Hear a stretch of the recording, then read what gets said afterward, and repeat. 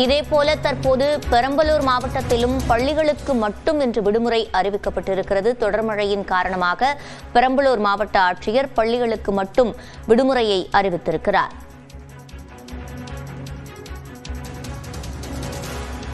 கூடுதல் விவரங்களை செய்தியாளர் ராஜவேலிடம் கேட்கலாம். ராஜவேல், விவரங்கள்.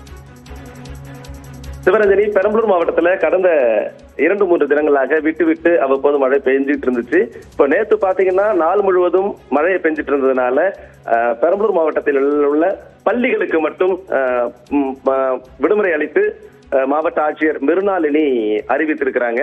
கல்லூரிகளுக்கு விடுமுறை அறிவிக்கப்படல. அதே போல மாணவர்கள் வீட்டில் பத்திரமாக இருக்க வேண்டும், நீர்நிலைகளுக்கு செல்லக்கூடாது, ஆற்று தண்ணீரிலும் ஏரி குளங்களிலும் குளிக்க செல்லக்கூடாது என்றும் ஆட்சியர் அறிவித்திருக்கிறார். சிவரஞ்சனி, விவரங்களை வழங்கியமைக்கு நன்றி.